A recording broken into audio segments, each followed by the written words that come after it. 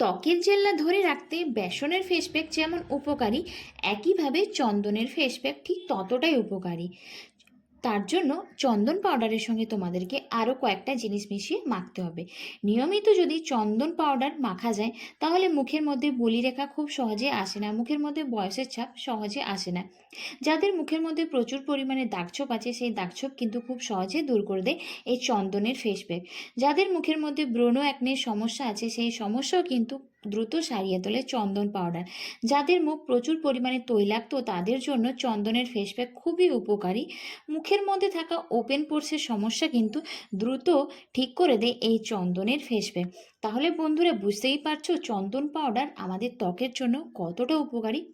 রোজ স্নান করতে যাওয়ার আগে চন্দন পাউডারের সঙ্গে আর কয়েকটা জিনিস মিশিয়ে যদি তোমরা এইভাবে মাখতে পারো তাহলে তোমাদের ত্বকের মধ্যে থাকা অনেক সমস্যা কিন্তু খুব সহজে দূর হয়ে যাবে।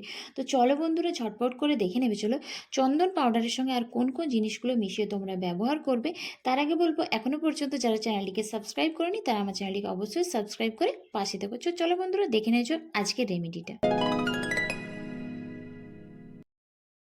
সবার প্রথমে আমি আমার মুখটাকে খুব ভালোভাবে ক্লিন করে নিচ্ছি, আর তার জন্য আমি এখানে ব্যবহার করছি কাঁচা দুধ। কাঁচা দুধের পরিবর্তে তোমরা নারকেল তেল কিংবা নর্মাল জল দিয়েও ফেসটাকে খুব ভালোভাবে ক্লিন করে নিতে পারো।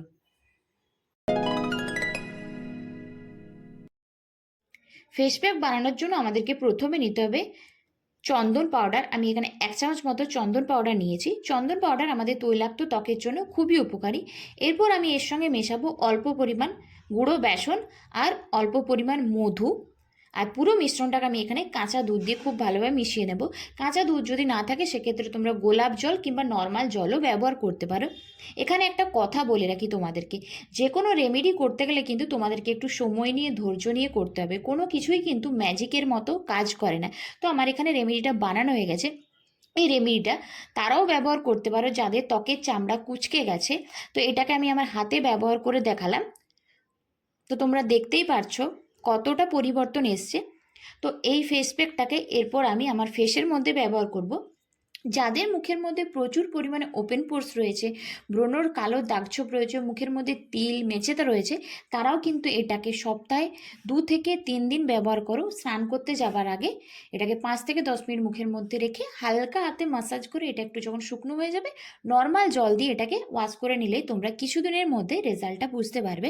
আর সবশেষে তোমরা যে কোনো একটা ময়শ্চারাইজার এবং সানস্ক্রিন অবশ্যই ব্যবহার করো। তো চলো বন্ধুরা আজকের মতো এইটুকুই।